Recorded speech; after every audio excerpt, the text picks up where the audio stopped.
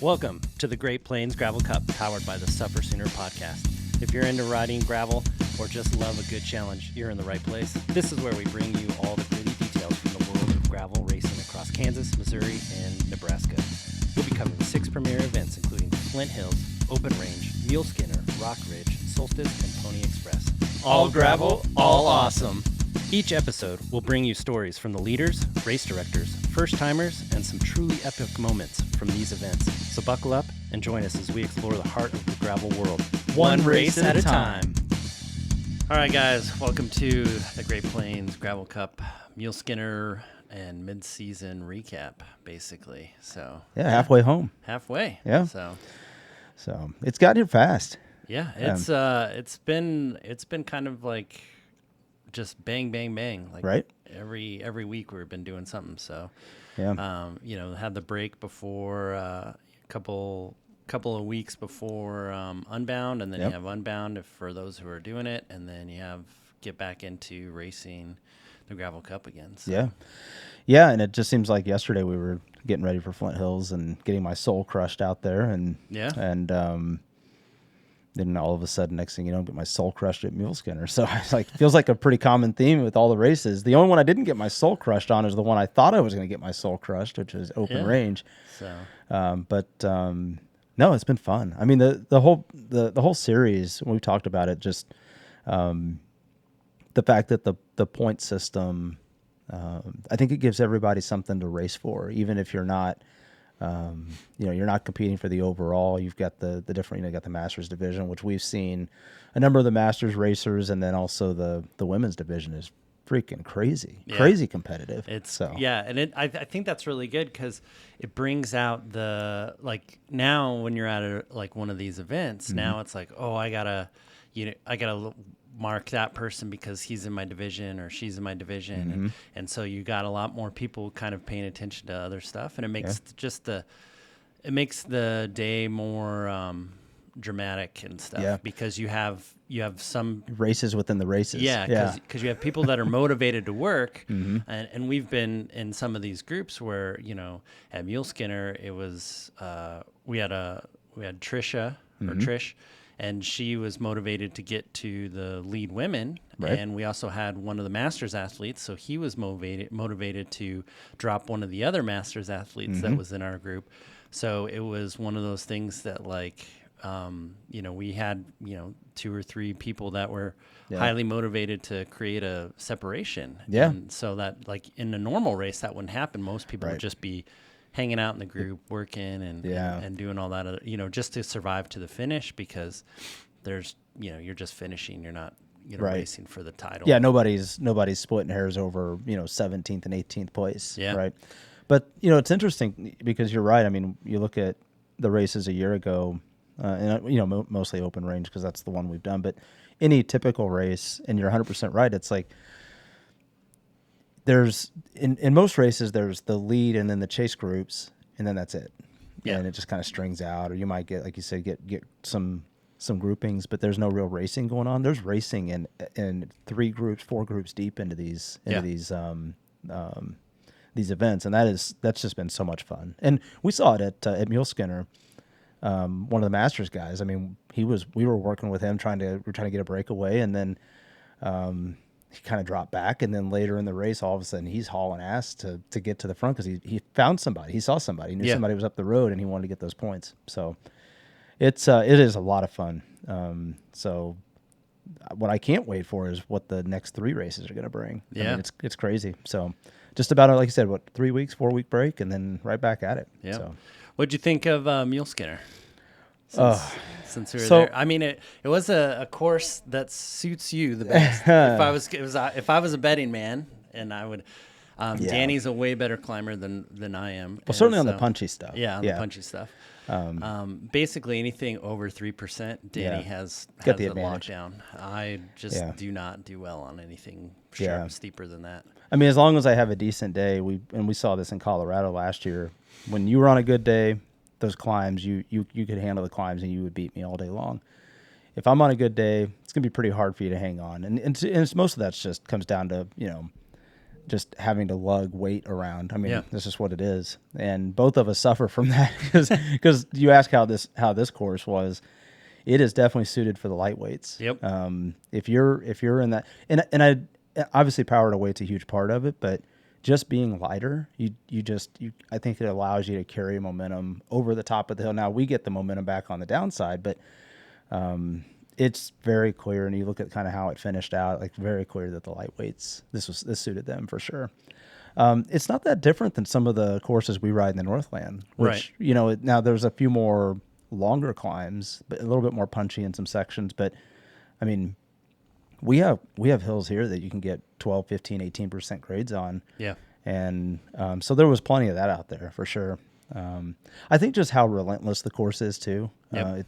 It's like you get through that first 20 miles or so, and then the next 30 miles it's just in your face constantly. Yeah. And it's a great challenge. It's a good course, great challenge, and a lot of fun. But I had to walk the big hill because I started cramping up real bad. I forget what the name of that climb was, but Cumberland maybe. Yep. Cumberland. Yeah. Yep.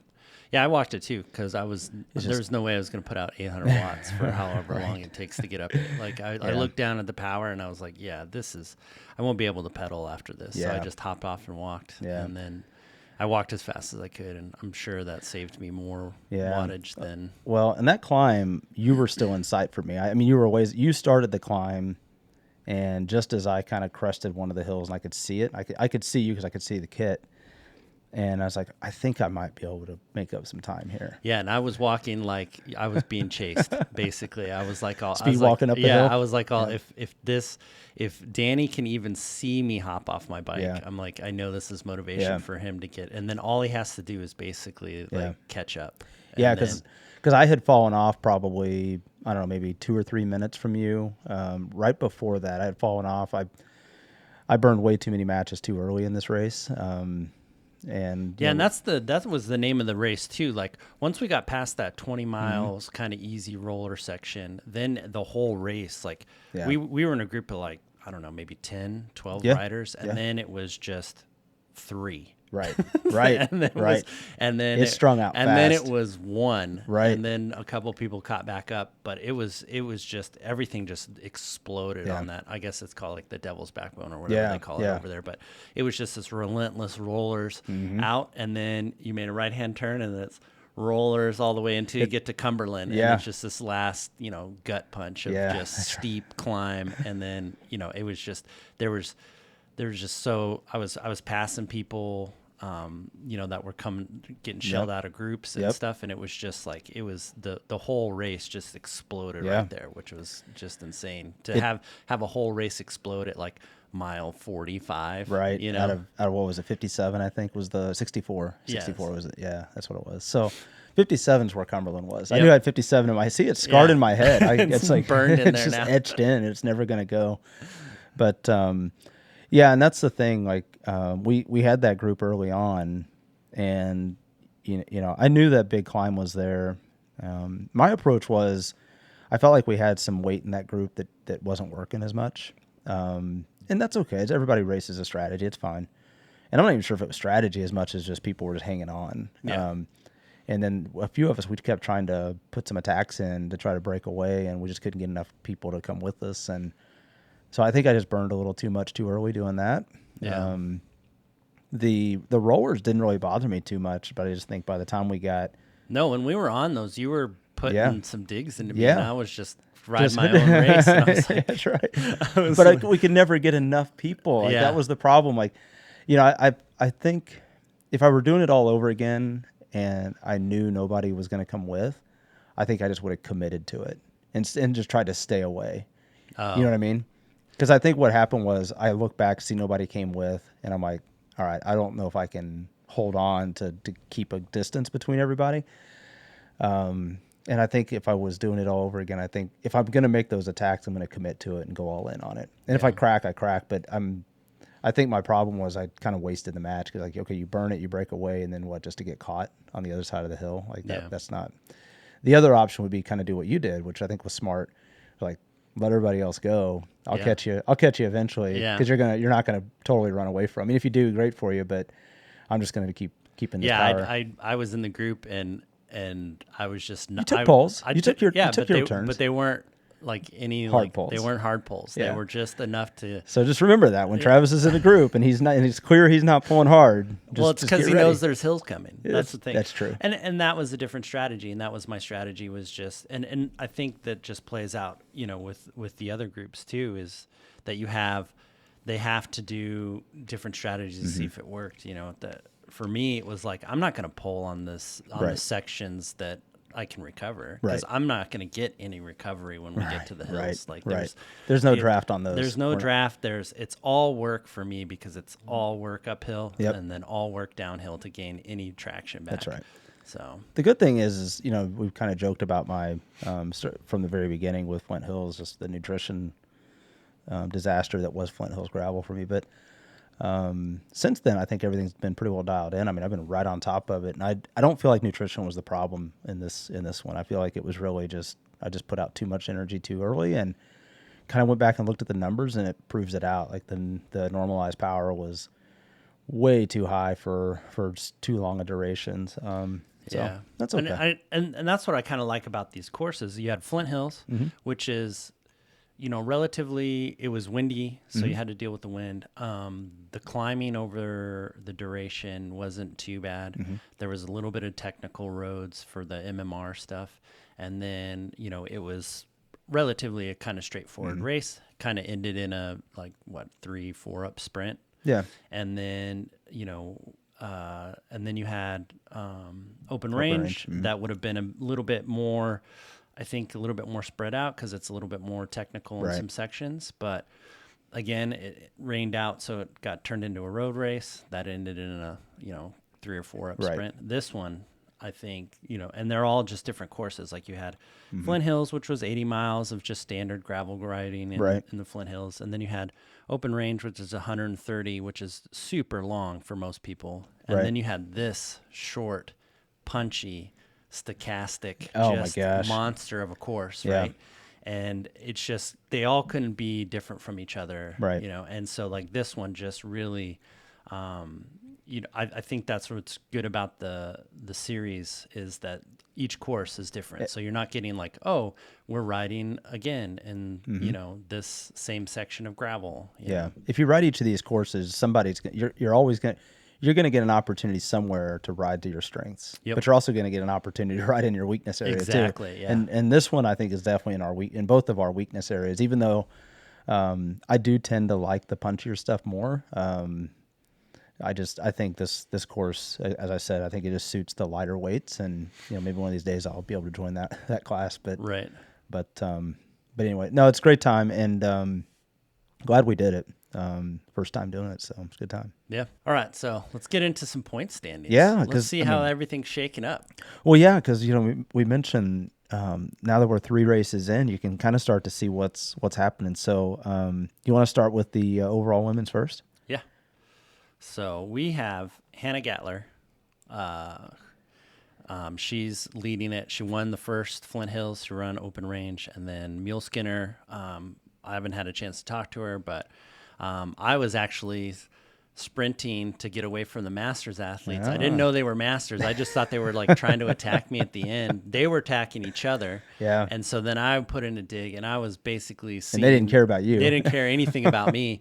And so I'm sprinting on the grass part for Muleskinner, and I'm just seeing black and red, and it's not good.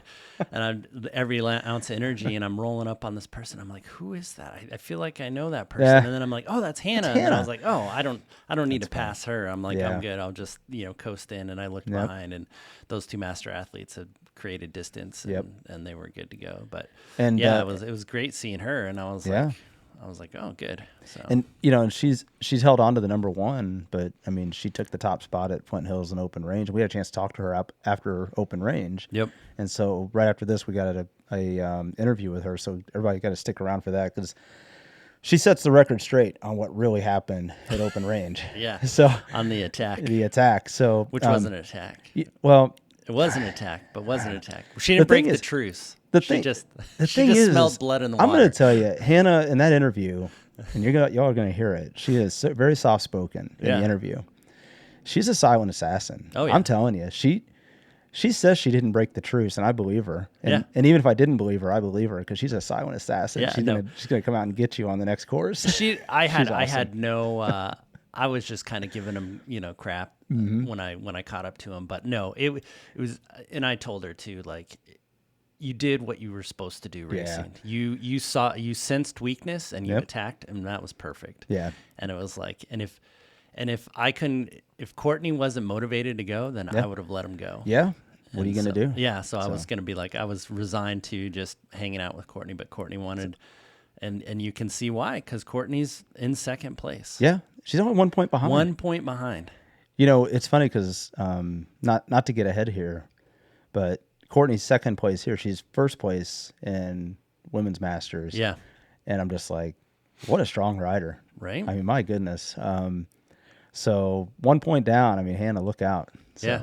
And I mean, you look at Trisha, she's only, she's 2 points or 3 points from Courtney and only 4 points from lead. So and then you have Paulina, you have Haley, you have Shasha. Yeah. Like this 6 group of women are all within, like 20 something points of each other. Yeah. And really, I mean, the top 5 are separated by 10 points, which Yeah. basically means you throw out the lowest scoring race. And I mean, this is anybody's to take. I mean, it is not, that top 5 has a chance to flip on to your any given race. It's a mechanical, it's a flat tire. Yep. I mean, you lose a couple, you lose a couple standings just because of that. I mean, that's it. So it's going to be interesting to see how this, Solstice and Rock Ridge play out. So it's funny because I had a chance to talk with Paulina a little bit.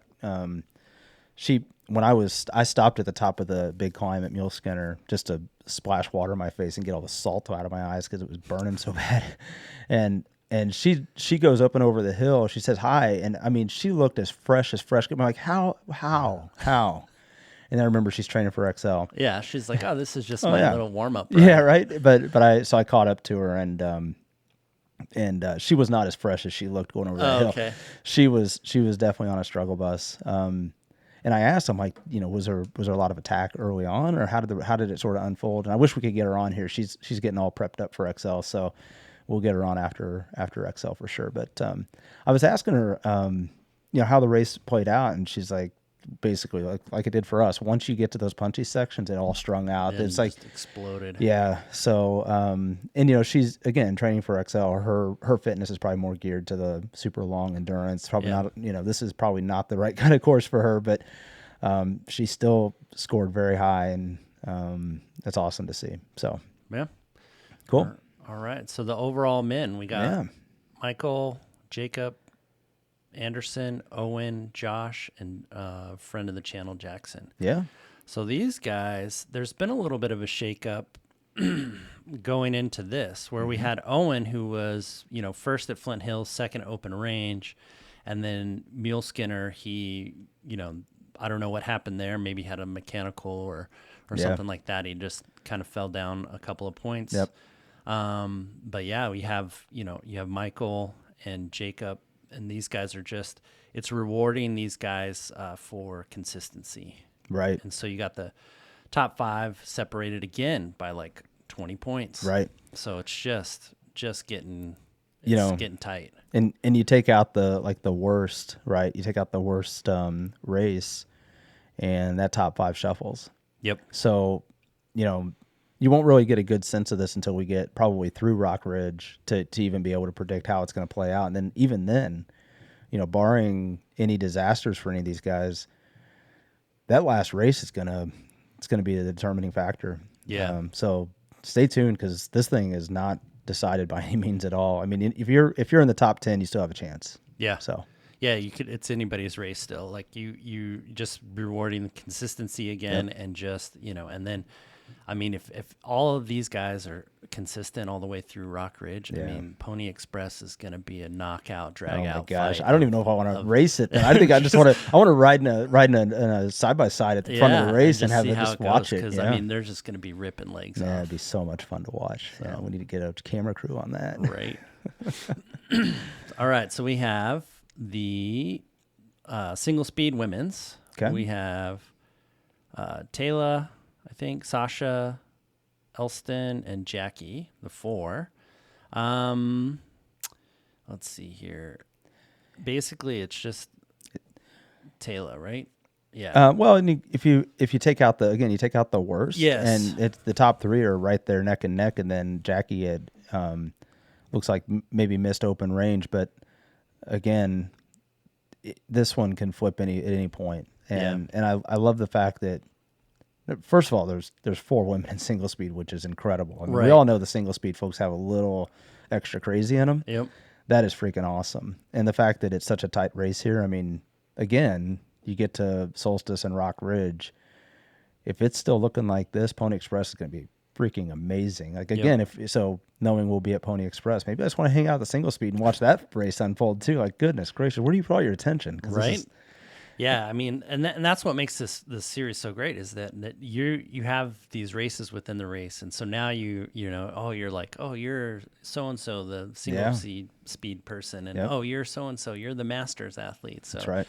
It's like we know a lot more of these people, and we're like invested in their outcomes and stuff, which is great. As being a average, I'm not competing I'll be lucky if I get top 20 in something. Right. So I don't know about that. You did okay. You did okay at open range. So. Yeah, but I'm not, going for any of that kind of stuff, but it's just, it's nice for like us average people just to kind of be like, oh man, yeah, we helped out so-and-so get his, podium spot or move up like 2 or 3 points. So I think that's just really great.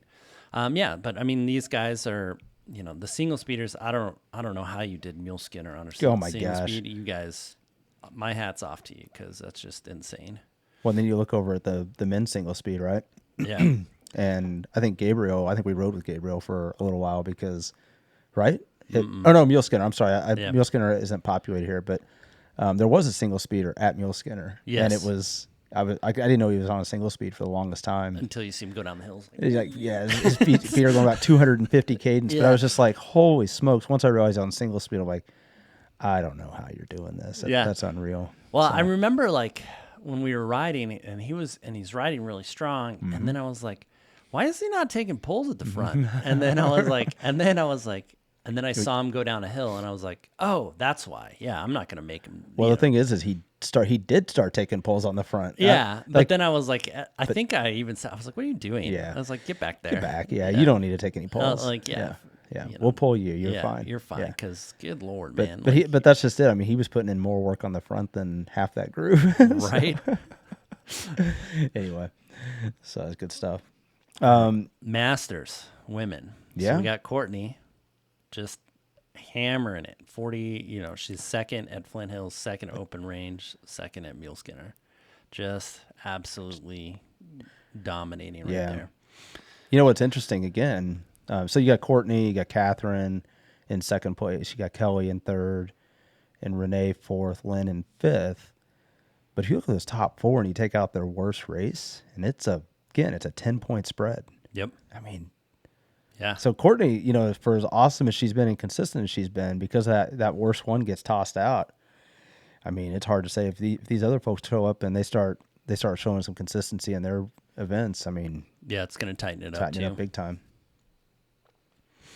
And then we got the Masters men. Yeah. So was that Bart, Steven, Douglas, Doug, Aerobar Doug? Yeah. Doug from Colorado Springs. So fan of the channel. Yeah. So he was wondering where I was because I rode with him at Open Range. Yeah. And so he was wondering where I was for Muleskinner. I was like, oh, buddy, that's not my forte. If you're looking for me, you're going to keep looking. Yeah. You're not going to see me anywhere near. Yeah. If you're looking for me, you're probably having a bad day. Yeah. Yeah. So, but yeah, these guys, I mean, they're, there's a pretty decent spread on these guys. Yeah. Yeah, it looks like once you get past top 3, it drops down to about 80 points, about 20-point spread between third and fourth. But again, I'm going to say it. It's a common theme. All it takes is one race to turn this around. I mean, and there's still 3 to go. So if you're in the top 10 here, top 10 or so, you got a shot to break into the top 3. If you're in the top 7, you still have a chance to win this thing. Yeah. So, anyway, and I would even say go down as far as maybe the top 15.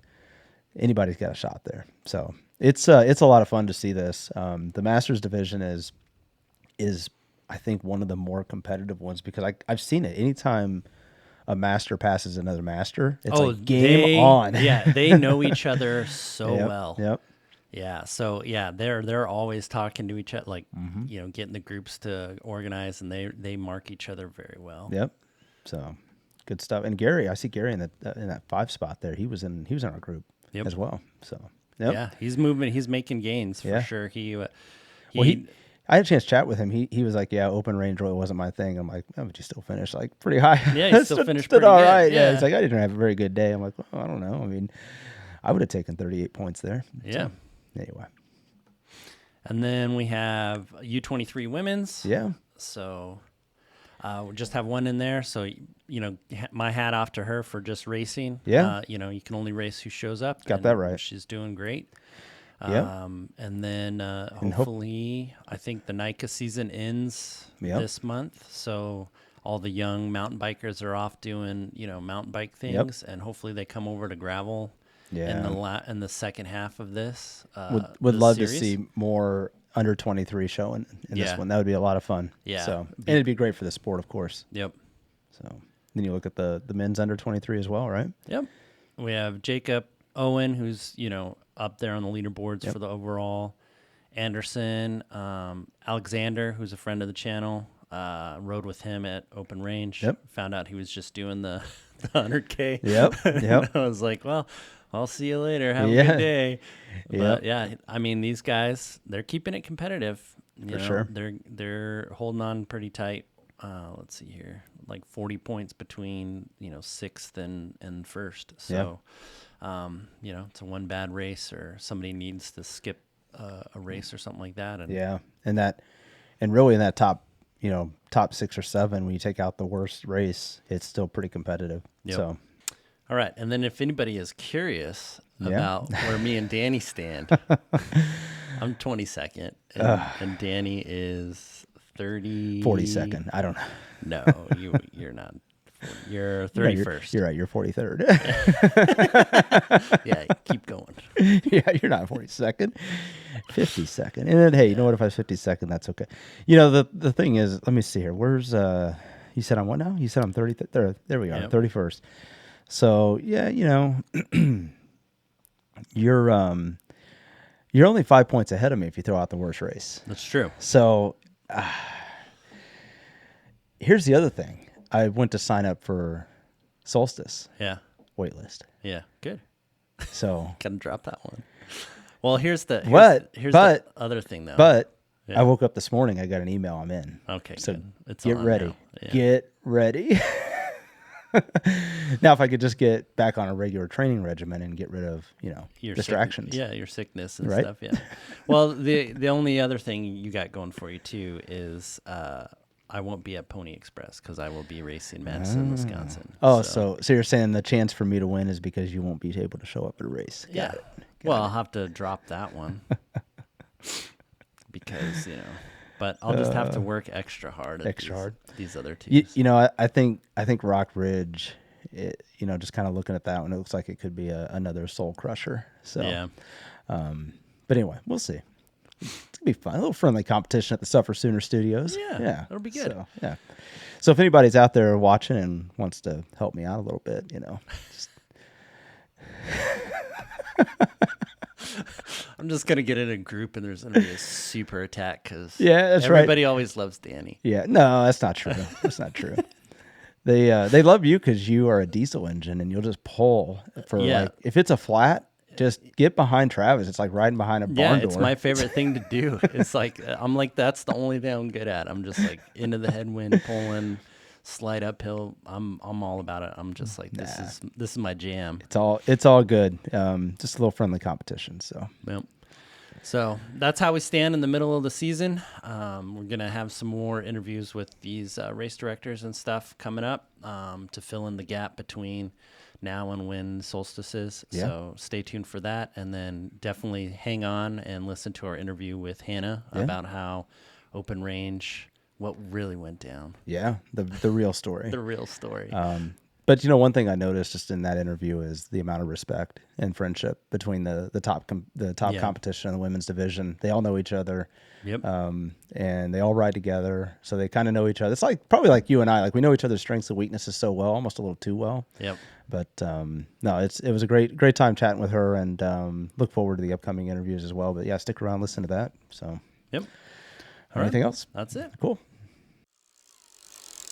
All right, guys, welcome. We're joined with Hannah, who is the overall female leader of the Great Plains Gravel Cup. Hannah, how are you doing today?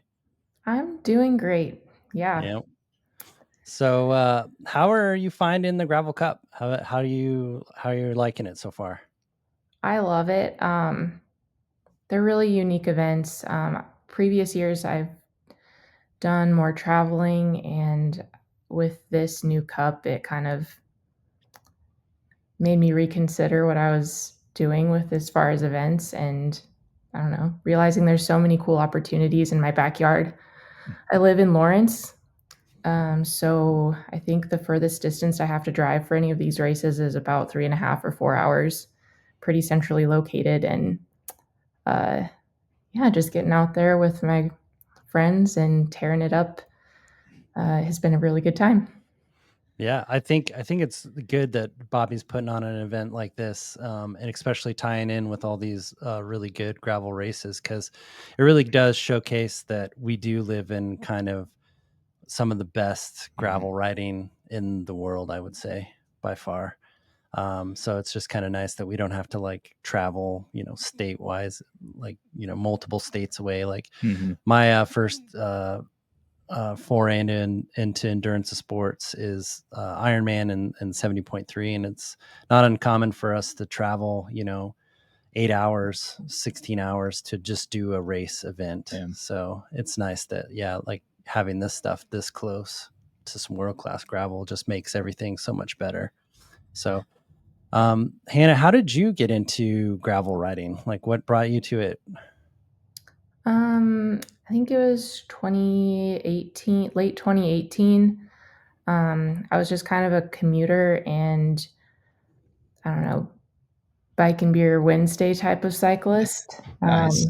And then I actually got more into racing bikes quickly because I matched with a guy on a dating app that was a crit racer. He also rode gravel, and that didn't work out, but the bikes really worked out. Nice. And I did crit like road racing and gravel my first couple years, and then just this past year I just went full gravel because it's just what my body likes to do more. Yeah, you're more in for the long haul than the short, intense kind of racing efforts. Yeah. Absolutely. I want to go all day. I don't want to be pegged at my highest heart rate for an hour. and then hope you don't throw up at the end or during the event. Like that that sound so enjoyable. I know like, we really do try to sell the suffering. Why don't more people ride bikes?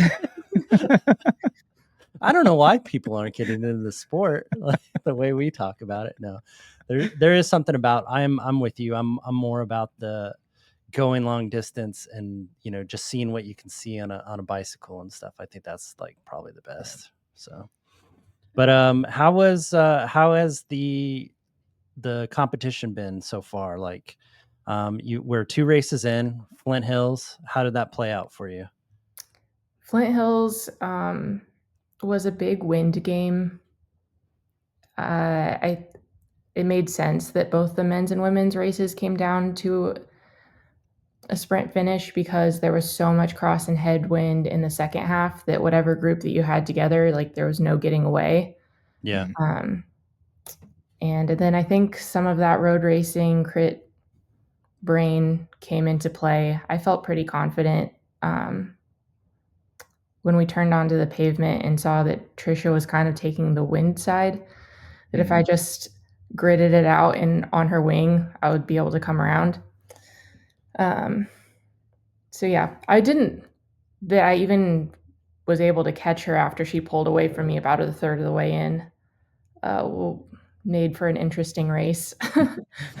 um, she's just got so much power. Trisha Luke has ridden single speed so much for the last few years that like nobody really knew what she was capable with gears. Right. So like she wasn't honestly that on my radar until Flint Hills Gravel Ride, and then it was like, Where did this wow, come from? Yeah, we're like, wow, she can shift now. Oh she man, can shift. we're We're all screwed. Yeah, we're all Yeah. in trouble. Yeah. So yeah, great competition there. Courtney is riding so strong and she's getting smarter every race. Yep.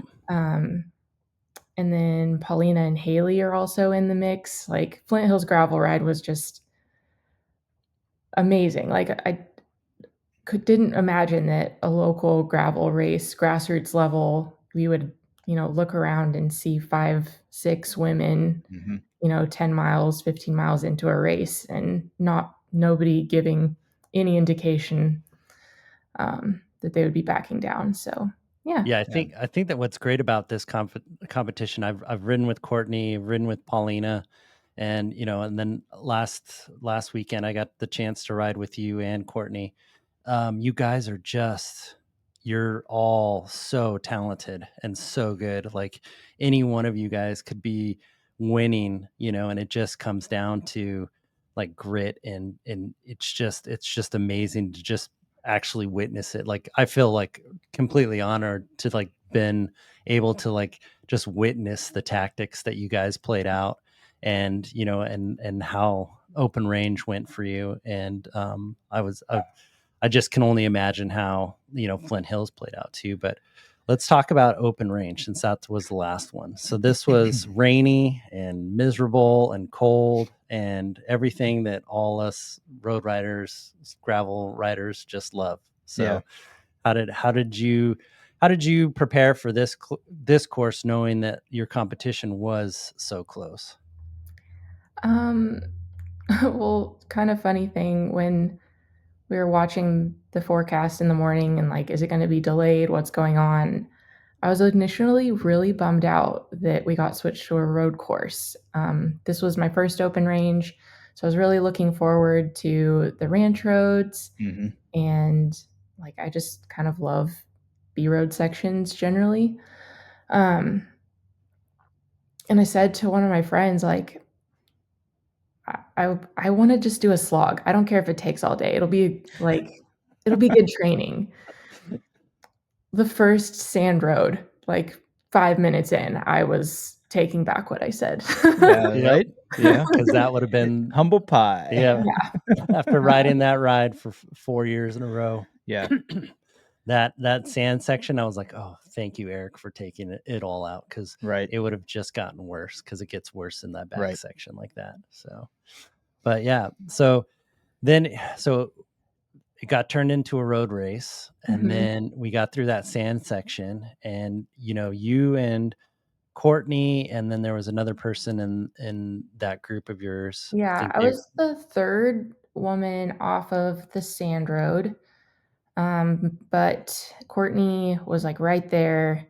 I pulled her up to Abby, who ended up pulling out.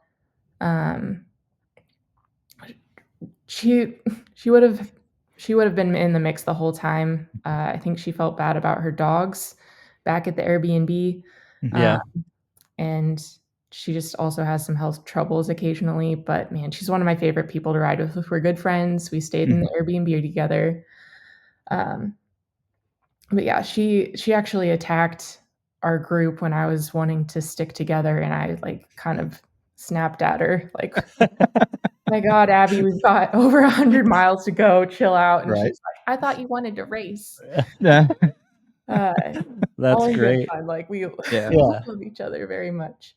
It- But yeah, I just started. I feel like I kind of took charge of like scooping people up and motivating people to get together, because I knew that looking around, I wanted to get some distance from Trisha, since she was second in after Flint Hills, it would be ideal if Courtney was with me instead. So yeah, just trying to get a move on with the two of us. Yeah, had a really good working group. I had a hydration pack on from the get go. Was planning to make it all the way to Medicine Lodge without refueling. That worked out really well. So I was able to just name of the game was keeping people together as much as possible. Yeah. Yeah, it seemed like that seemed to be the name of the game. I know when you guys caught up to me, and I was highly motivated to hang out with you guys, because I was just like, I don't want to be out here for 140 miles by myself. So Go ahead. When after Medicine Lodge, there was like the climb out, and you had decided to go ahead to get ahead on the hill. I just listened to the last podcast, and I just like want to give my perspective. No, we'll get to that. We'll get to that. Don't worry. We're gonna get to that. Don't worry. I do want to I hear. was not trying to break a truce. No. I and I don't fault you for it. Like, I don't fault you for it. You smelt blood in the water, and you did what every good racer would do, and you attacked when you felt like your competition was letting up, and that was I totally kind fine. of yelled at you a little bit, like, "Hey, jump on! Like, let's get out of here!" Like, I was had gonna no try to idea use what you said. I was seeing red and black, and I was just happy that I almost caught, Yellow Jacket. What was it? Yellow Jacket George or Greg or whatever. They were both Greg, I think. Yeah, something Right? like that. Yeah, I'll have to No, look it up. Doug. No. Doug, yeah, Yellow I Jacket was going Doug. to say Yes, it was Doug and Doug yeah, is what I it was Doug remember. and Doug. Yeah. So Yellow Jacket Doug, I pretty much caught up to him, but then I had to go to the bathroom so bad because I So then you're like, and I think the only thing I heard about from you was like, "Are we waiting up?" or something like that, and then after that you were gone.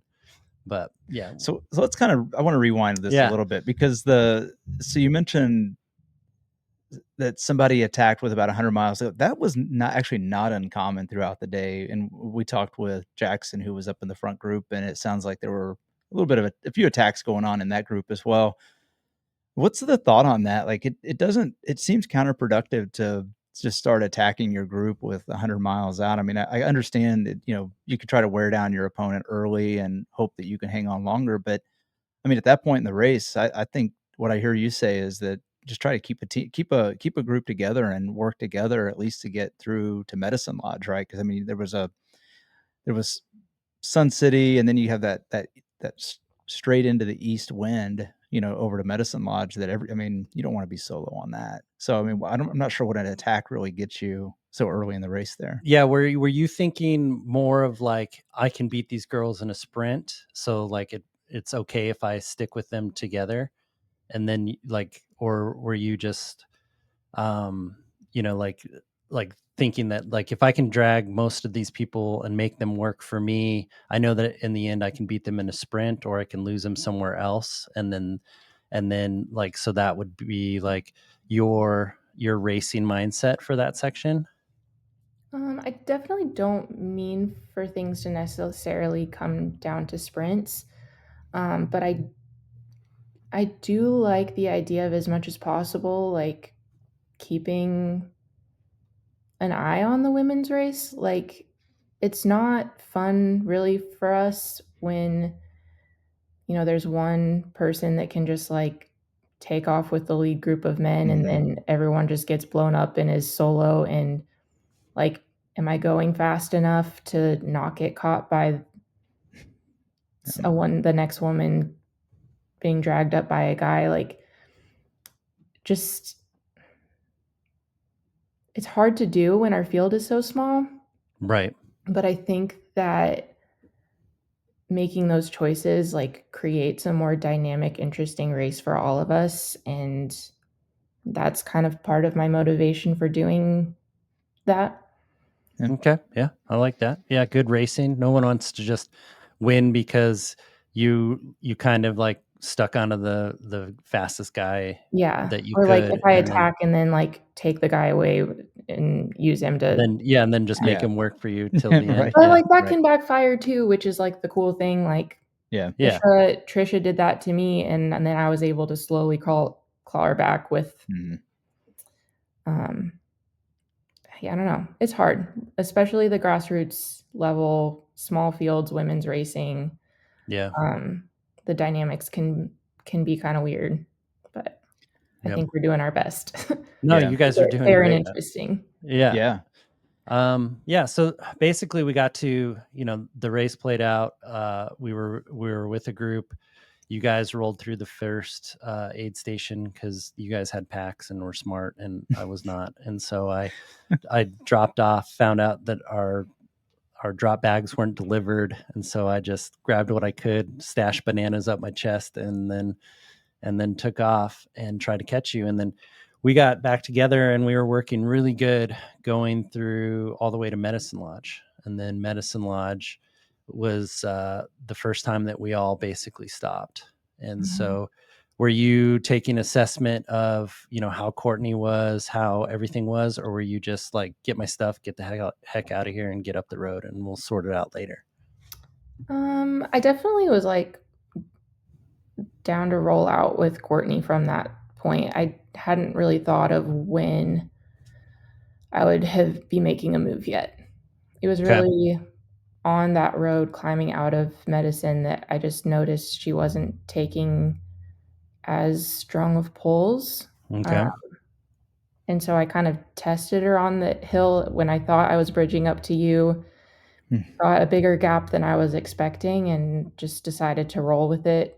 We turned east, and then there was a bigger hill, and I just like You're That's it the spot. up that, and yeah, send it. So- Yeah. Eventually, like Doug from Colorado Springs caught me, and then together we got the yellow Doug from Tulsa. And I learned about all of this stuff because once we hit the tailwind, I was so proud of this massive gap that I had busted my tail to get.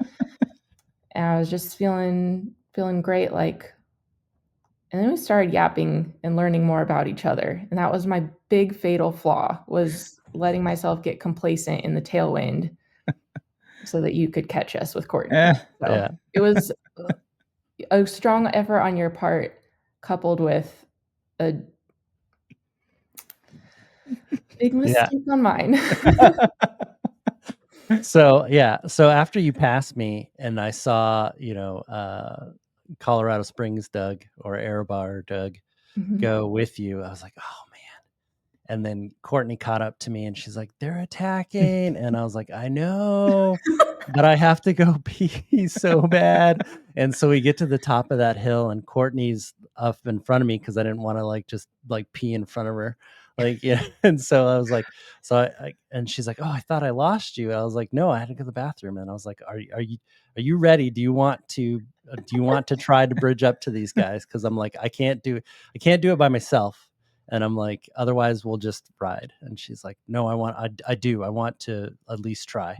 And I was like, all right, well then let's hold on. And so we basically, I just, I was doing pulls and she was pulling as much as she could to give me some relief so I could shove another banana down my throat and all that stuff. But yeah, when we saw that you guys were kind of relaxing and I was gaining on you, that even gave her more motivation. And I just think that now the hindsight of the race, that was probably just a little bit too deep for her for that last section. But yeah, she gave everything she had out there for sure to try to make it, bridge it back. And so we did bridge it back, whether, it was a little bit of luck that you guys were complacent and talking and not checking behind too much, and a little bit that I was determined not to get dropped and have to ride in solo. So, but yeah, we caught back up, and then from there, what were you thinking? Were you like, oh man, was she stronger than you thought? Or you were just like, okay, where am I going to go now? Yeah, it was literally like, shoot, I messed up. Like all that work down the drain. What am I going to do now? I was just I was like, it's gonna come to me. I just don't know what to do right now. Yeah. And then you said something about the train tracks after Sawyer, and I was Yes. like, okay, so he's telling me when he's gonna do something, like, No, okay, I maybe I was suggesting that if you were going to attack, that was the best place because it's another hill and you're so much of a better climber okay. than any Well, I of the took other ones. that as, like, I guess something's going to happen around there, and Yeah. So and that's what I was trying to like hint at. I was like, that's the best place because it's one of the last really big climbs before you make the turn north and you get that head crosswind. So yeah. again, like trying to attack in something like that, if we're in a group, it's going to be hard Yeah, for you to you pull rolled away. off the front a little bit, like, maybe in a down to the hill, Yep. and I just, like, didn't follow right away, and then so, like, I let a gap, and then I closed it really hard Yep. so that And then Courtney you would have a harder time following it, and then I just like, was concerned that maybe I just wanted to make it hard. I don't know. I was like, yeah. maybe somebody will come with me, maybe people won't, but I wanna try something. Yeah. Yeah. I think there's plenty of time to, like, make up for it if this isn't the right move, but Yeah. I'd say at that point you're about 10 or 12 miles out. yeah, So, and I didn't I mean, look at there's the course to see that, like, yeah, several miles of that was straight headwind again. right. Yeah. Uh, That's kind of why I was kind of hinting at that. Like if you're going to attack, this is probably the place that you're going to want to Yeah. yeah, attack. Yeah. And I didn't want to say like, "Oh, Hannah, you should attack at blah blah blah section." I was like, a good place is right after the train tracks yeah, at Sawyer, and then you're kind of like, "Where's Sawyer?" And I'm like, "You see those grain silos over Yeah. there? That's Sawyer." And I'm like, "We'll just get there, and like you can't miss it." And so like that's like a really good place. And I just rolled down because I'm so heavy like compared to the rest of you guys that I just rolled down like normal and just and created this huge gap. And then I was like, well, if no one's gonna follow, then but then I saw out of the corner of my eye that you were taking off, and I was like, okay, I'm just gonna pull aside and just let the ladies, hammer this out. I don't need yeah. to do anything else Yeah. now. That is something that, like, we noticed for sure. It's just, like, it felt like everyone was really respectful of our race and not, like, interfering too much, and, like, that was really cool to see. Yeah, I would have So I never thank chased you everybody down. for that. I never would have tried to chase you down if Courtney wasn't willing to help. Like, Yeah, and she would be the first to tell you that, she didn't take the longest pulls, but she did pull every time I flicked her through. And she pulled as hard as she could. So yeah, it would have I would have just been like, it's well, I'm not, I'm not gonna do that by myself. Forget that. I'll see those guys later. Yeah. Because, the two Dougs weren't in my age group, and what am I gonna fight over, what, 12th or 15th or something like that? I'm like, yeah, that's fine. I'm good. And there's no use like chasing you down for what? Because you put in a really good attack. I'm not that petty of a rider for sure. and funny thing, Doug and Doug ended up getting 2nd and 3rd in Masters, and Yeah. Yeah. they they ended up getting really close to catching me at the finish line. I think they finished, like, 20 some seconds back, Yeah. and I was only, like, 3 minutes off the first guy Masters guy. Yeah. Like, if we would have all worked together, Yeah. maybe I could have influenced the Masters men's podium. Right. Yeah. Right. Yeah. You could have been like, hey, the first guy's up there. Like, you guys are second and third right now. Like, we could go. Go get this. Yeah. Right. No, that was great. And I thought that was really good too. Like I remember the Colorado Springs Doug talking about like, oh, so this is a gravel cup, and like, oh, you're like talking about your leader's jersey and all that stuff. And everybody was really like interested in like your guys, like we were all interested in your guys' race and stuff. And I think that's just awesome. Like, Yeah. I mean, it was really cool just to be in that group and just hear everybody talking about like, oh, so do you, and then I remember when we were in the headwind section, uh, the Dougs were asking like, well, do you want to take like 2-minute pulls? Do you want to take 30-second pulls? Like how much distance do you want to like make, asking you because you were the, the leader, the points leader. And we're like, how much do you want to get in, between you and your competition, which was cool. So you're going to move on to, is there anything else on open range you want to cover? Because we can move into what's up next, right? Yeah. So you got Muleskinner coming up this weekend, right? Yeah. And I've done Muleskinner twice. Okay. And they keep the course the same. So very familiar with what's going to happen. Yeah. So we have not done Muleskinner yet. So we'll be following you around for all the course tips and where to attack. And yeah, we're basically just keeping an eye on you guys pretty much. Yeah. So I hear it's 65 miles or 68 miles and it's 4K of climbing. So it's punchy. It's going to be a hard day in the office for me. That's for sure.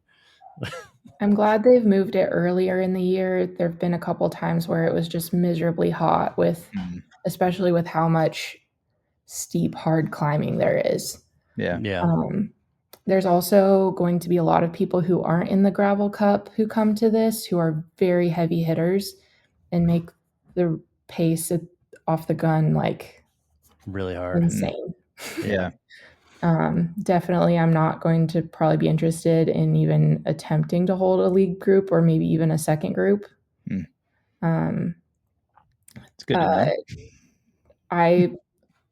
I don't even know if I'm going to get a podium spot on this one. Like, there's other women that are going to come and show up too. It might be interesting because even if they're not really doing the whole series, they can take our points. Sure. Right. I think it's going to cause some weird upsets, especially with our small field.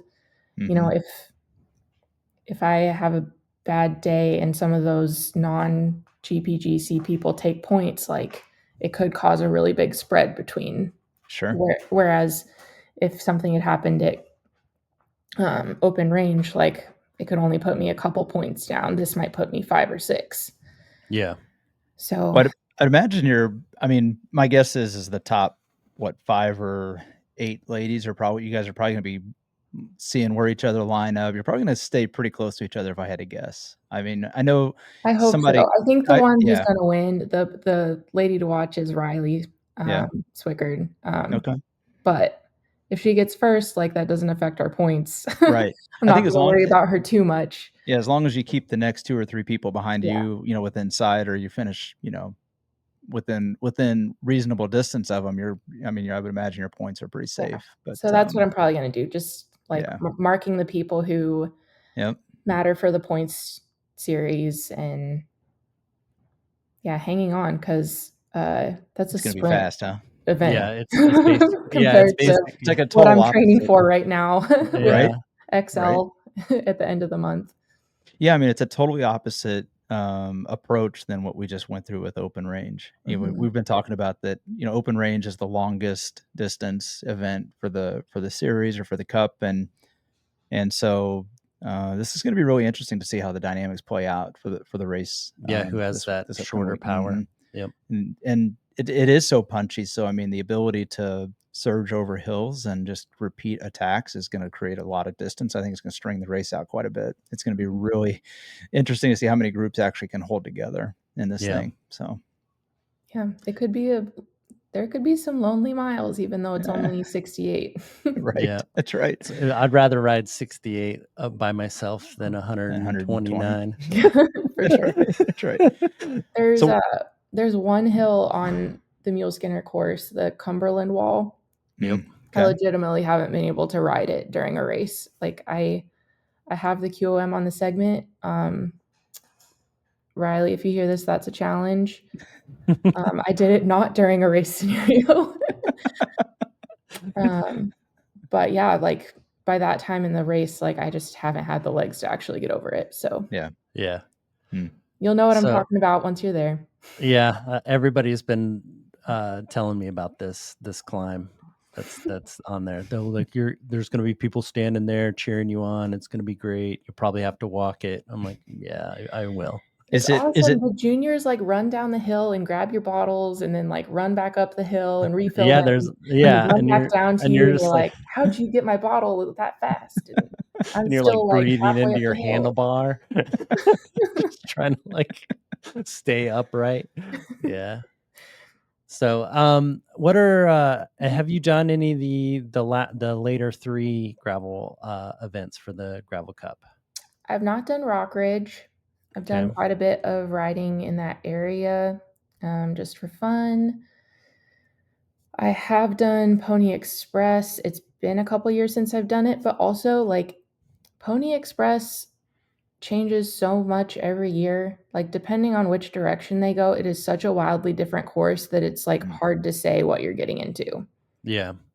So that's what we were talking to Danny that like after these 3 races, the cup is still kind of up in the air. Like I think the way that he's gathered these races has made it's going to be one of the interesting ones. Like, which one you'd end up dropping or which one you end up, like not performing well at because it's a different course. So yeah, I think it's going to be interesting to see how, especially you guys and It's all right. Just keep going. Okay. Yeah. And it'll be interesting the last 3 races, just seeing how everything shakes out for that kind of stuff, especially with, like I was saying in the beginning, like you women are just really so close to each other and as far as skill and talent and stuff like that. So I think, and the fact that, Pony Express is always a different course depending on which way they go. And, Solstice with the heat being a factor. Yeah, So I did Solstice it was 2020 when they did like, you basically did it as a time trial effort. Mm-hmm. But yeah, the Nebraska gravel is really funky. Yeah. Just like sloshy pea gravel sometimes. And it's kind of like it's really pretty, but it can also be mind numbing depending on which direction they go. Like it's who can just like keep the power on the pedals because there's not a lot of steep climbing generally. Just you're always going up or down, but never with enough momentum to like really fly. Yeah. Good. Well, anything else that you want to talk about, Hannah? You got anything else going on other than XL? Everybody follow her dot on XL, right? On Unbound XL, Route 4.